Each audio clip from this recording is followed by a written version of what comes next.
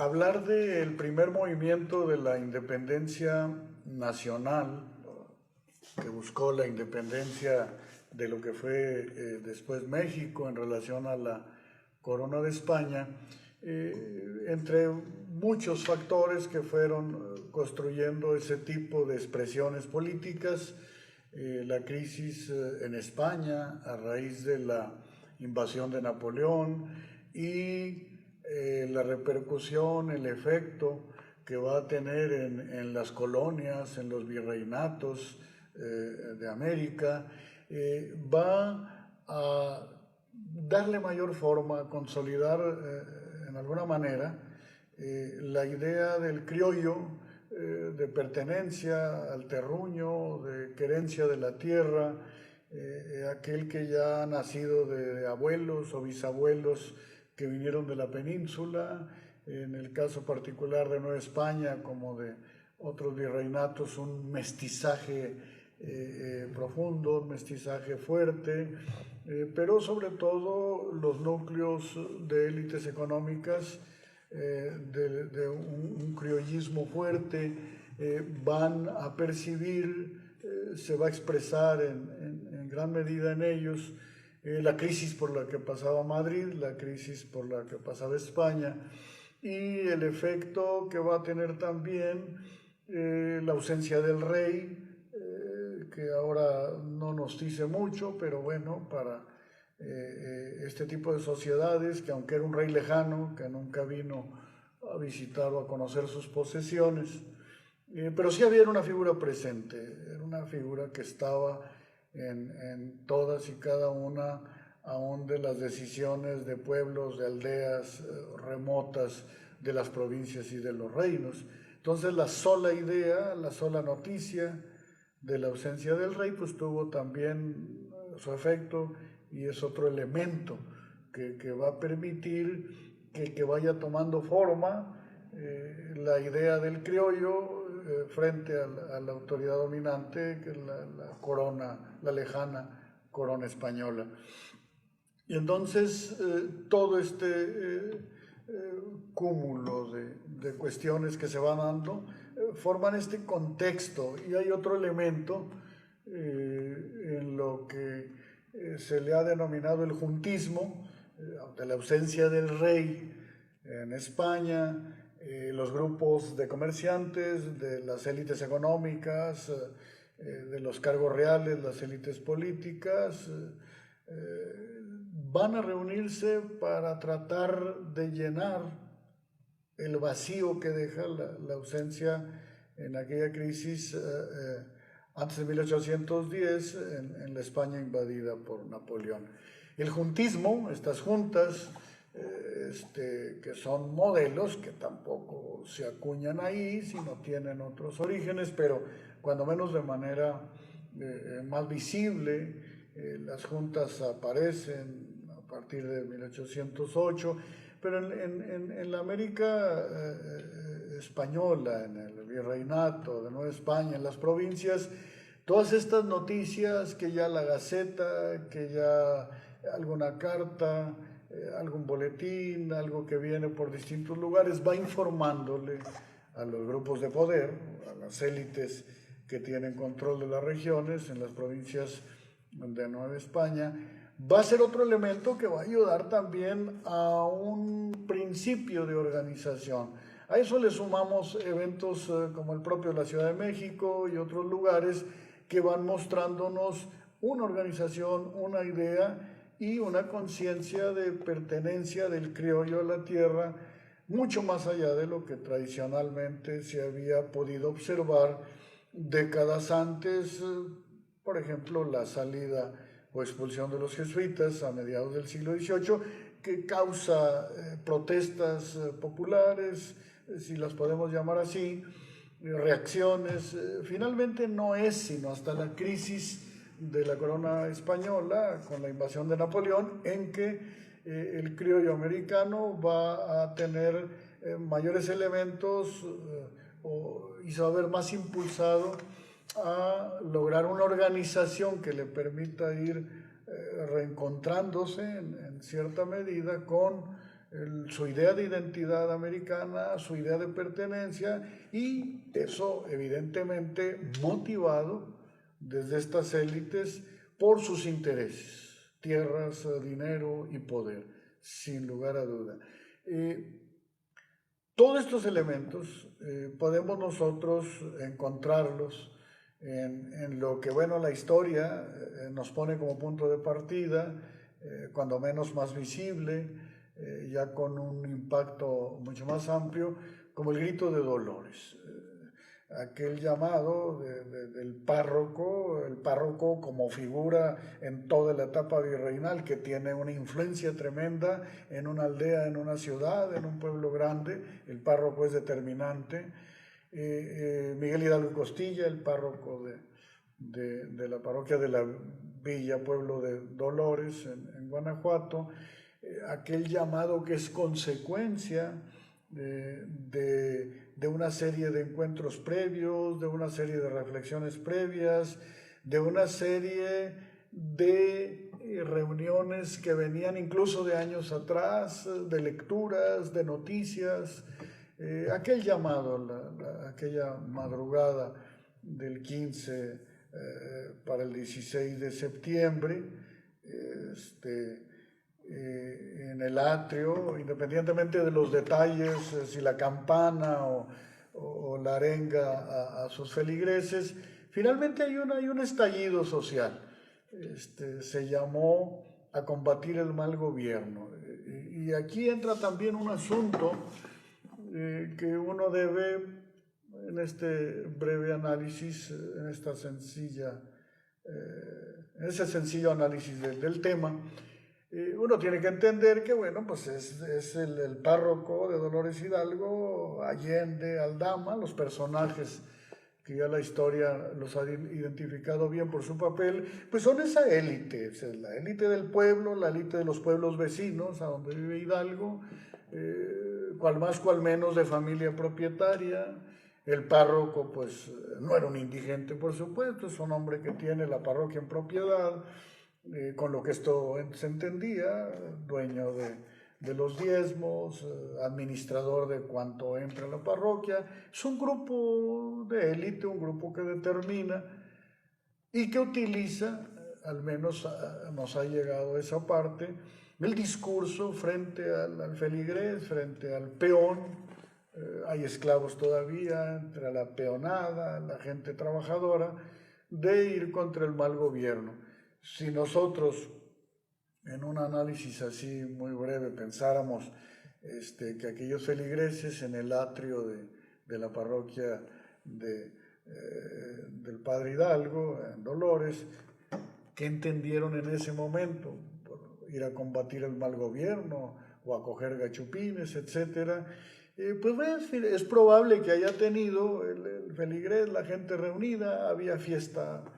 patronal por esos días, pues la idea que la clase del peonaje, la clase trabajadora, va a tener del amo, del hacendado, del rico, del intendente, del corregidor, del alcalde mayor, pues esa relación frente al poder. Así que bueno, pues el discurso tiene un efecto real.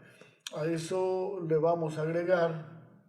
lo que ya los historiadores han planteado, la idea de la abolición de la esclavitud. No hay una población de esclavos numerosa, pero hay un porcentaje importante de gente que tiene como condición de vida el ser propiedad de una persona, de una familia, de una hacienda, y que a su hijo o hija, con la facilidad que en esa época se podía practicar, podían venderle a la hija o venderle al hijo. Había algo ahí muy sentido, y la libertad de un esclavo como la libertad a un pueblo, como la libertad a un oprimido, siempre es aparte de que es una bandera legítima, sin duda es un discurso atrayente. Todo este contexto, el recorrido de este primer movimiento por la independencia nacional, por la independencia de México frente a la corona española, va a tener un sinnúmero de efectos ya en la propia Nueva España, en sus reinos o provincias que ya tenían esa denominación en lo cotidiano, de manera muy distinta. las noticias a la Alta California, a la lejana provincia de Sonora, a lo que hoy es Baja California, que era también muy lejano y muy tardado el correo. No pasó así en Yucatán o en Guatemala, en otros lugares que por la relación comercial y de caminos, las noticias y los puertos podían llegar mucho más rápido, pero sobre todo hacia la parte septentrional, lo que hoy es el noroeste y el noreste mexicano, las noticias fueron llegando de una manera no solo paulatina, sino relativamente lenta. Frente a este escenario, el recuerdo, la conmemoración del inicio de la gesta, de la revolución de independencia, de aquel primer movimiento, tiene también algunas conexiones, o lo tendrá en el camino, algunas conexiones con las provincias norteñas, con el Nuevo Reino de León, con Nuevo Santander, con la provincia de la parte norte de Nueva Vizcaya, lo que hoy es Chihuahua, y con la provincia de San Francisco de Coahuila, o la provincia de Coahuila como se le conocía. Había un lugar común de la mayoría de estas provincias, no de todas, pero la mayoría, que era el lugar importante, el evento importante de cada año, donde se conoció por primera vez lo que había sucedido en el pueblo y curato de Dolores. La Feria de Saltillo era una concesión real que tenía muchísimos años y que reunía al mayor número de personas de una buena parte del Nuevo Santander, por supuesto del Nuevo Reino de León, de la provincia de Texas, más lejana, pero conectada con la provincia de Coahuila, y por supuesto Coahuila. En la Feria de Saltillo se encontraban efectos de la tierra afuera, mercancías de Michoacán, del Jalisco, de San Luis Potosí, del propio Guanajuato, de todos los lugares se venían a expender acá loza, géneros, trabajos de cuero para actividades agrícolas, sombreros al por mayor, ropa, rebozos, etcétera, calzado. Era un trajín, un ir y venir por el viejo Camino Real, San Luis, Charcas, Venado, Matehuala, hasta Saltillo, los pueblos viejos, los puntos antiguos, y el comercio era enorme. Había una reunión de varios miles de gentes en la Feria de Saltillo, y en 1810 la feria, por algunos ajustes en su calendario, se celebró el mes de septiembre de 1810. Y es en aquella aglomeración de gente. El gobernador de la provincia de Coahuila vive en la villa de Monclova, mucho más al norte de la provincia, en la parte central. Él viene con la gente principal de pueblos, de misiones, a disfrutar de la feria, a guardar el orden en la feria y finalmente pues a participar del comercio. El comercio en la Feria de Saltillo, además de esta parte que he mencionado, del comercio interior, o sea, de la tierra afuera, tenía un fenómeno que ya tenía su impronta, que ya tenía su presencia muy efectiva en la feria, que era el contrabando de mercancías de todo tipo por Nueva Orleans hacia Texas. Eso era un secreto a voces, el contrabando de ropa que entraba por Luisiana, del propio Estados Unidos de Europa, loza inglesa, las novedades o los adelantos de la época en muchas materias se comerciaban en la Feria de Saltillo por ese contrabando que ya existía desde la provincia de Texas o por esa provincia. Pues en esa feria, en esa gran feria, a la que vienen los misioneros de las misiones que hay en Coahuila, viene una gran cantidad de soldados de las compañías presidiales, a los que Vito Alessio Robles recuperó el vocablo aquel de que en la feria se les llamaba los correitas por sus chamarras de cuero de venado, con adornos, con pequeñas tiras. Son los soldados de la frontera los que están defendiendo las posesiones del rey y las poblaciones y misiones del ataque de los grupos indígenas que mantuvieron por varios siglos desde los establecimientos primitivos en el siglo XVI, una constante guerra, una constante lucha. Pues todo el mundo se da cita en la Feria de Saltillo y a finales de septiembre de 1810 se conoce en esta feria la noticia de un levantamiento, de una revolución, de un párroco que se levantó en armas, que lo sigue mucha gente, que van avanzando, que han ganado batallas, que están ya en puntos tan cercanos como la Ciudad de México, que luego se va a mover a Guadalajara, pero bueno, la noticia tiene un impacto en la feria, lo va a saber todo el mundo. Eso va a inquietar a las autoridades provinciales,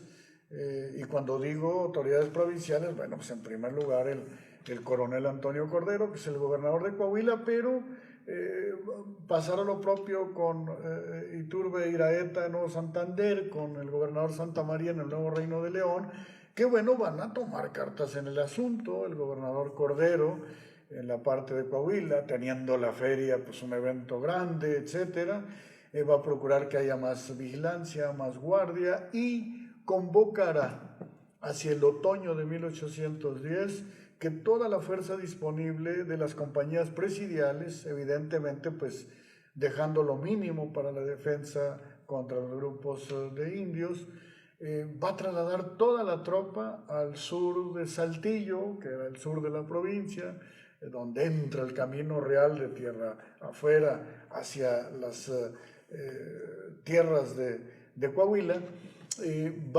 Es un punto llamado hasta la fecha Agua Nueva. Ahí va a instalar el cuartel general de las fuerzas provinciales con milicias de los pueblos, con voluntarios y con soldados de las compañías presidiales, que eran el tipo o el grupo más experimentado en la guerra desde décadas atrás. El propio gobernador estará ahí, los cabezas de las élites de los pueblos contribuirán, algunos de ellos estarán también en el campamento de Agua Nueva, donde pasan la Pascua de Navidad de 1810 en espera de un inminente arribo de las fuerzas insurgentes que comanda Jiménez, que ya se tiene noticia, que han estado en Venado, que siguen a Charcas, que están en Real de 14, aquello alarma ya más a la autoridad provincial de Coahuila y están esperando su arribo, hay fuerza armada, etc. Pero iniciando el año de 1811, los primeros días, 8 y 9 de enero, la fuerza insurgente, la avanzada insurgente, al mando de Jiménez, que en comparación de la fuerza que el gobernador de Coahuila, el gobernador Cordero, había provisto y situado en Agua Nueva, pues eran 800 hombres frente a 3 o 4 mil que tuvieron enfrente, con cañones, en número pues de entrada ya los podían derrotar, y sucede ahí una acción que ya investigadores desde Vito Alessio Robles y otros han tratado. Sucede un evento interesante.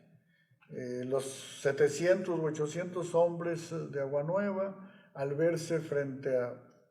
más de 3,000 hombres con cañones y dispuestos a avanzar y derrotarlos, provocan que la fuerza de Coahuila en masa se pase a la insurgencia.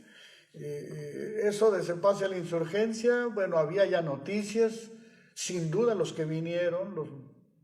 mercaderes, la gente que venía al comercio, sí debió de haber platicado en la Feria de Saltillo, no solo el hecho de que el cura se levantó en armas, sino que es contra el mal gobierno, que viene la liberación de los esclavos, algunas ideas que sin duda permearon en la clase política que vino a la feria, en los grupos de poder de esta parte septentrional y por supuesto en los soldados presidiales, en la gente común, que debió sin duda de tener noticia de lo que aquello estaba, de lo que había acontecido en Dolores y a principios de 1811 entró a la provincia. Por eso el hecho de que se brinquen en masa a la insurgencia, que el término, la acuñación del término es interesante, se brincan en masa porque finalmente tienen un enemigo que lo supera en varios tantos, y pues finalmente había que unírsele a quien al avanzar te iba a derrotar y la vida te podía llevar de por medio. En ese momento, yo lo platico así, tal vez de una manera simple, pero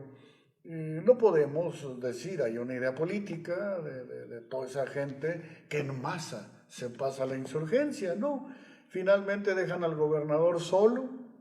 se brincan de bando, el gobernador con uno o dos ayudantes toma un caballo y huye rumbo al norte. Sus mismos soldados, los que se han pasado al campo insurgente, con mayor o menor idea política, no lo sabemos, pero que se pasan al campo insurgente, son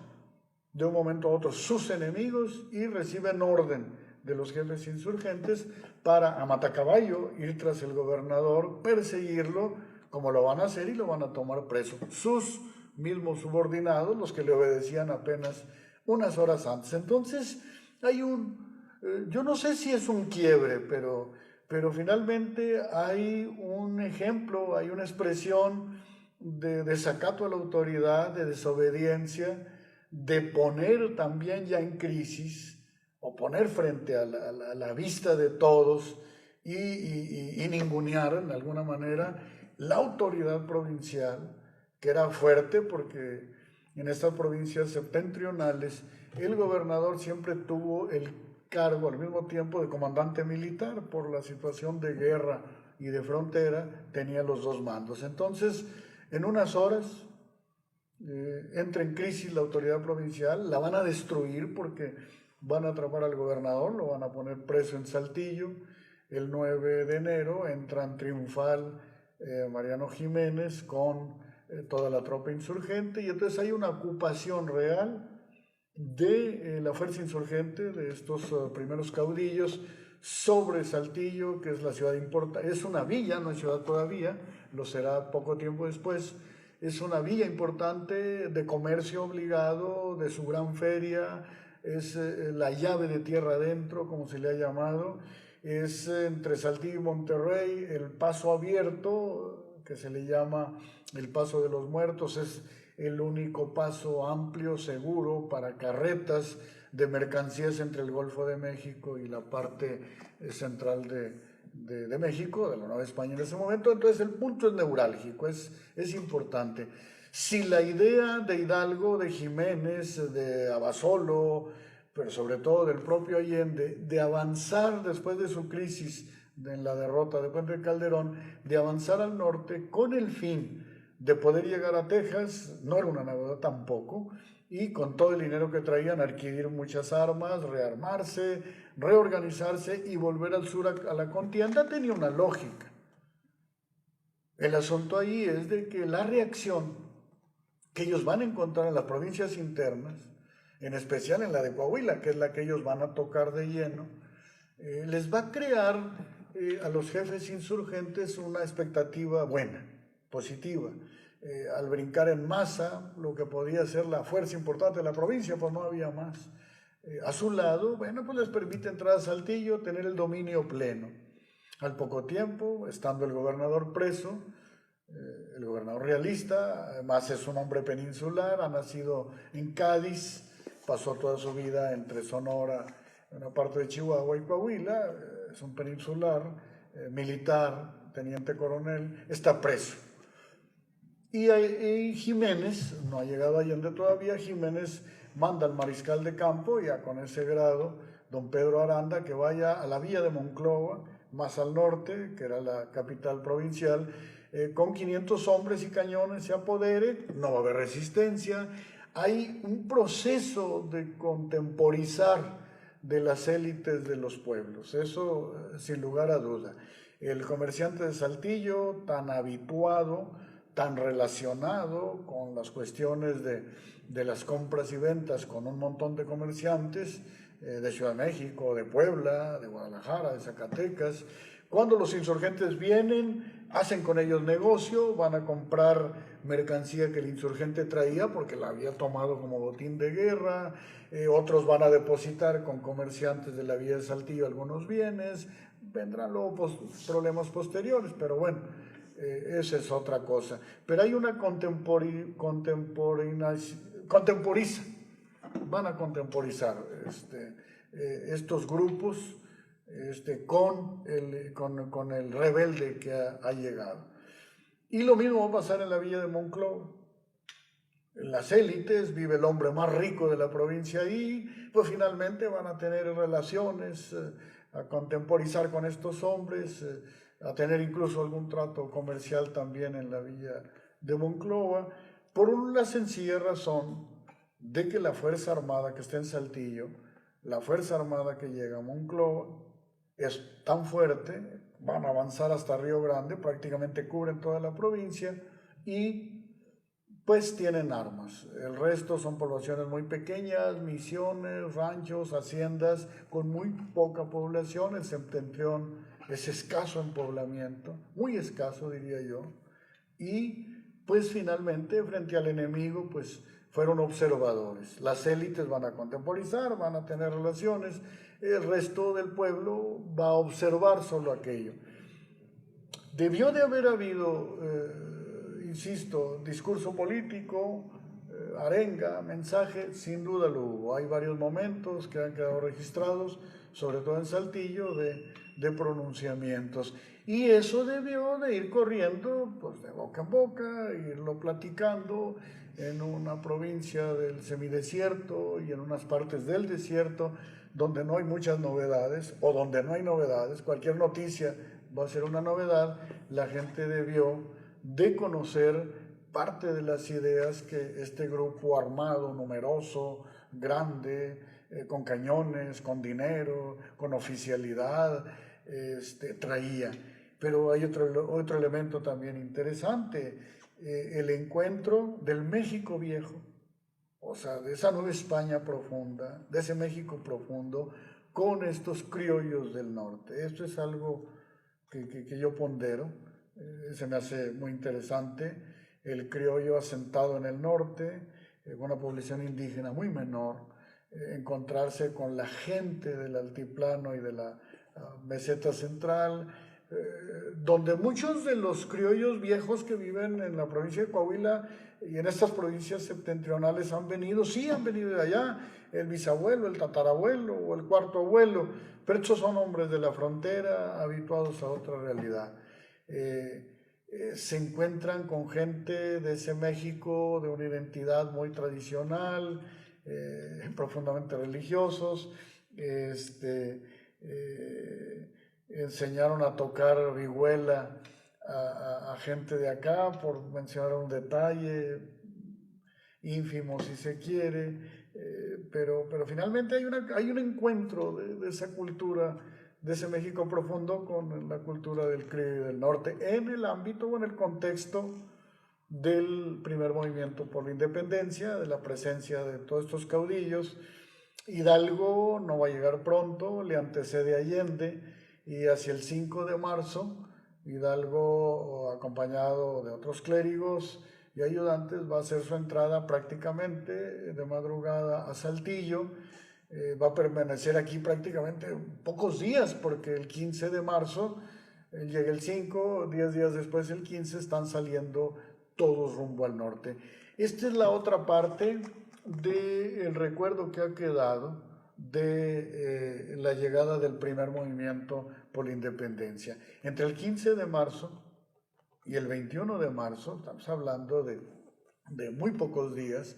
todo el ejército, la mayoría, el ejército insurgente, encabezado por Allende y Jiménez, llevando prácticamente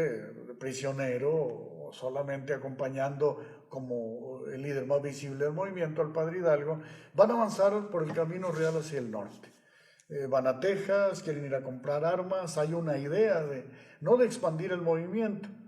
porque la idea de ellos es volver. La parte más poblada de Nueva España es el Bajío, estas regiones eran de muy poca población, pero van a avanzar los insurgentes hacia el norte, por el viejo Camino Real de tierra adentro, el Camino Real de Coahuila, el Camino Real que iba hasta Texas. Pero ya para esas semanas, entre el 9 de enero y el 15 de marzo, hay una relación, no sé si fuerte, entre las élites con los jefes insurgentes, pero para este criollo norteño, bueno, ya midieron el poder que trae el primer movimiento insurgente, su número de hombres, su número de armas, pero debieron de haber percibido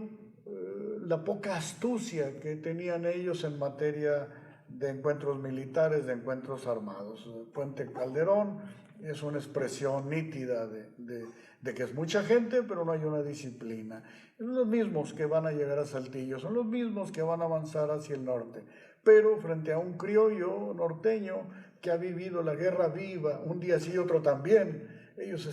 han estado en guerra siempre, le permite medir al visitante, al intruso, al invasor o al rebelde. Lo dejamos en rebelde, el rebelde insurgente que viene a la provincia. Y es por eso que se conjuga ese temor de los grupos, de los pueblos del norte, de los criollos viejos del norte, el temor de que esa masa que viene avanzando hacia el norte pueda causar desmanes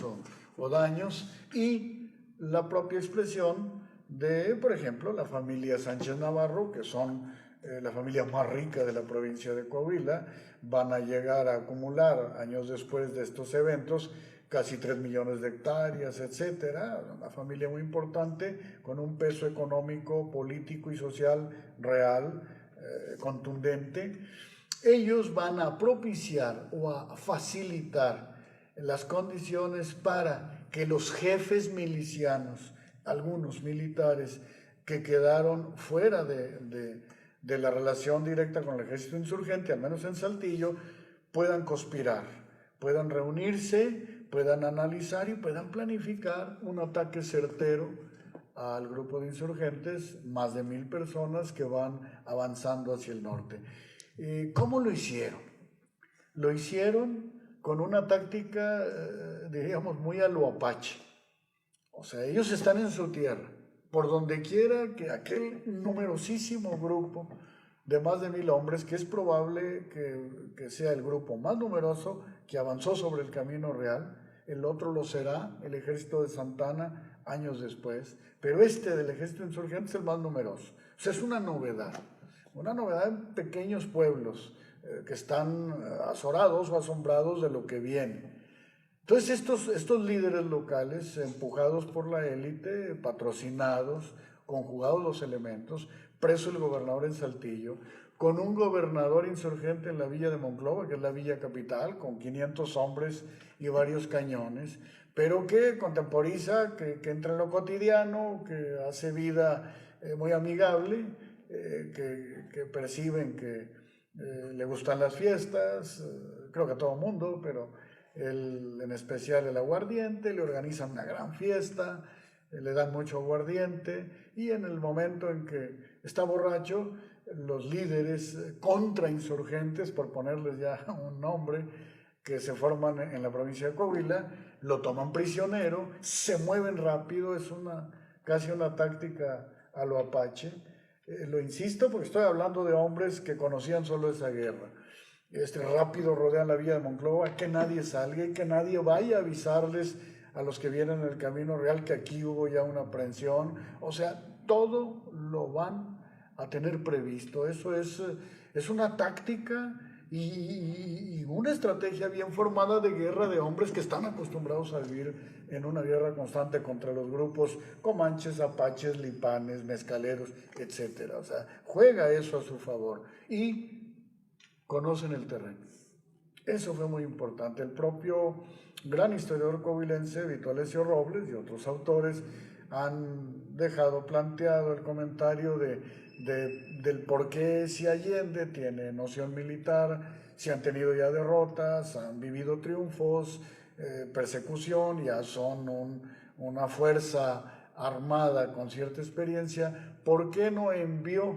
avanzadas? ¿Por qué no previó la seguridad del camino? Confiaron en que Pedro Aranda, el mariscal de campo, estaba en Monclova, que tiene 500 hombres, que tiene una fuerza respetable y que les aseguraba o les daba garantías de seguridad. Aprenden Aranda, se desintegra aquello, queda el Camino Real inerme, quedan dueños los contrainsurgentes y van a operar aún con detalles muy cuidados el señuelo de los insurgentes. En la villa de Monclova hay un hombre,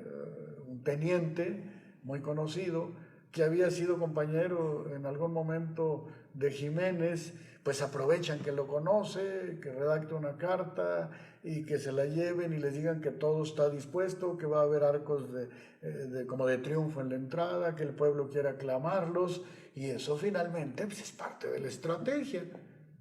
Va a calar hondo en el grupo de líderes insurgentes, claro, porque confirman ellos de que los están esperando. Tanto así que los hacen avanzar. Hidalgo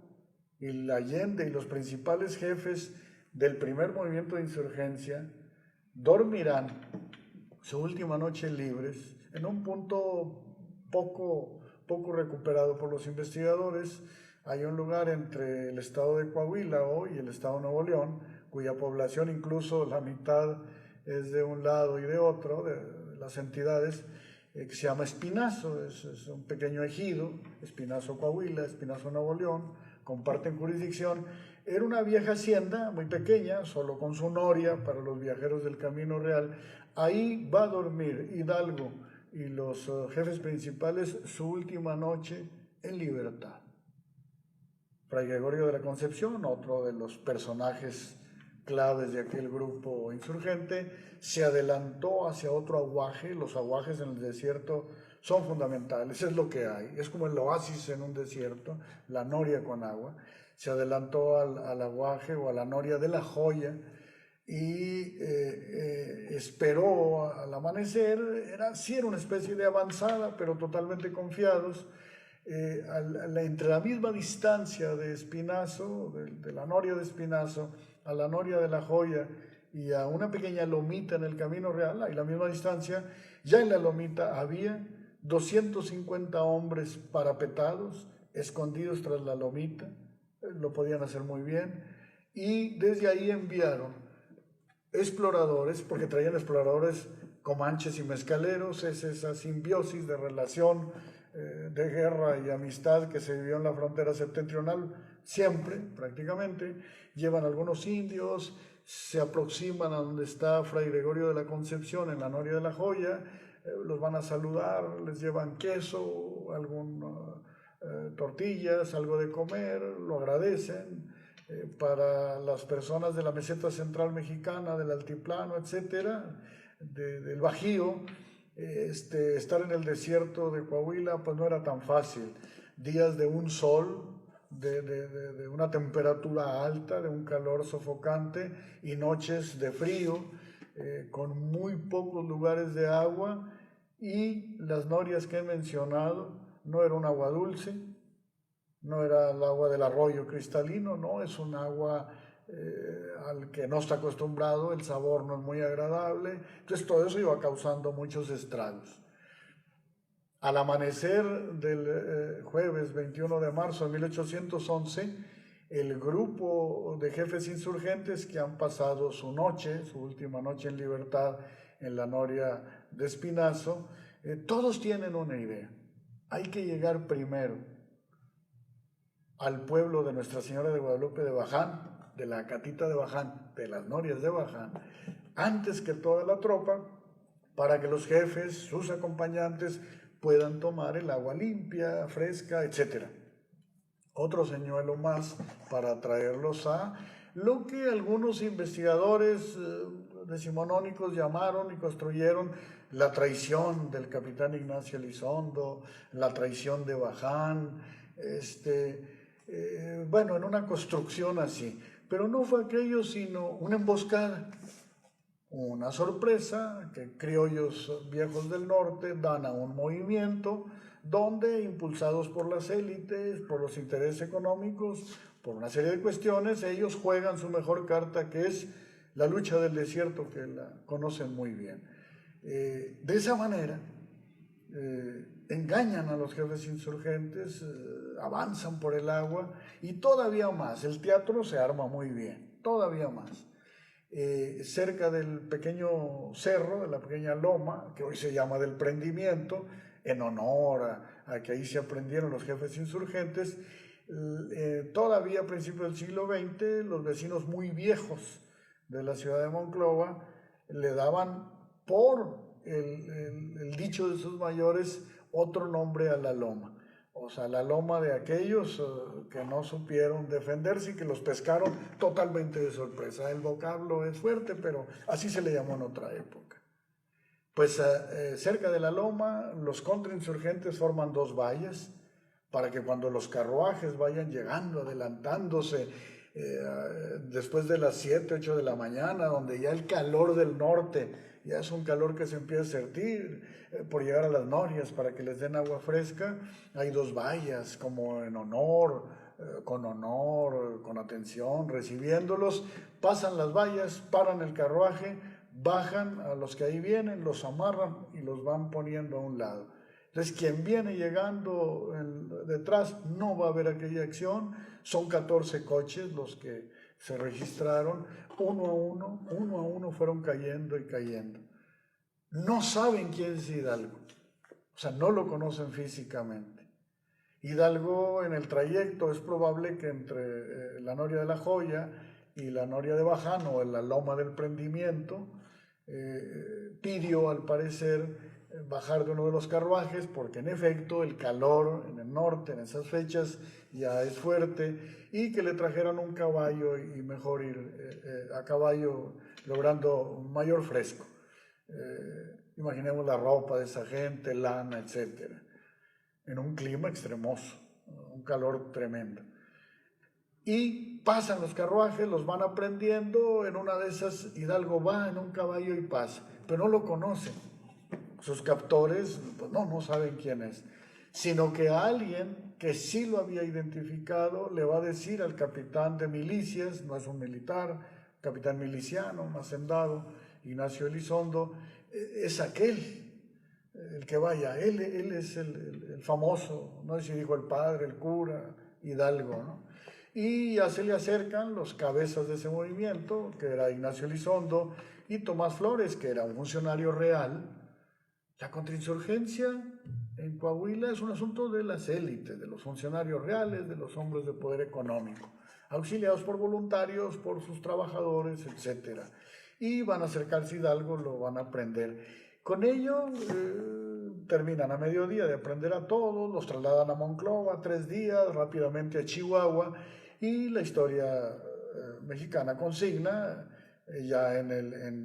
el verano de 1811, el fusilamiento de los principales jefes, su decapitación, su envío de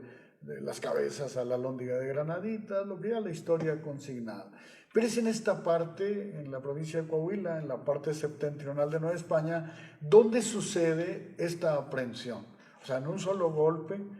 250 vecinos, viejos criollos septentrionales, con esa guerra a lo apache en la que ellos han vivido, logran por sorpresa capturar a poco más de 1000 gentes, y entre ellos a los principales jefes del primer movimiento por la independencia nacional. Entonces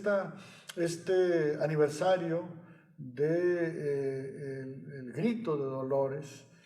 septiembre también conjuga el 21 la consumación de la independencia. Ahora en esta víspera, el año entrante será el bicentenario de la consumación de la independencia, pero bueno, ahora estamos en este recordatorio, en esta conmemoración del Grito de Dolores, que como efecto de la crisis en España, como efecto de los movimientos de las élites criollas en todos los virreinatos de la América Española, va a tener esta expresión de muere el mal gobierno, vamos a coger gachupines, en la libertad de los esclavos dada en Guadalajara, esas reivindicaciones o demandas o ideas sociales que podía entender la gente de aquel momento, que los entendían las élites y lo manejaron tomando las armas en un movimiento de triunfos y derrotas que van a terminar con una acción sorpresa de estos criollos del norte en un punto perdido del desierto de Coahuila, en su tierra, con una estrategia muy de la guerra contra los apaches que aplicaron a estos líderes independentistas. El momento, pues, finalmente marcó, pero el movimiento no termina, no va a terminar ahí. Guerrero, Morelos siguen la lucha hasta la entrada del ejército trigarante a la Ciudad de México en otro momento, una década después. Cuando se consuma la independencia, estos criollos viejos del septentrión, los que estuvieron en Acatita de Baján aquel jueves 21 de marzo de 1811 y aprendieron a los jefes del movimiento insurgente, a los primeros jefes, a los principales de aquel primer movimiento, esos mismos, sus aprensores, los contrainsurgentes, si podemos llamarlos, o la historia o algunos investigadores los han llamado así, que es la reacción de las élites del norte, pues serán quienes estén en los tablados por allá en julio de 1821, pues jurando la independencia. Son los grupos de acá, son los habitantes, son las élites, es el pueblo que una década después de haber aprendido Hidalgo, bueno, pues ellos entran a formar parte de la construcción o de la larga construcción de la nación mexicana.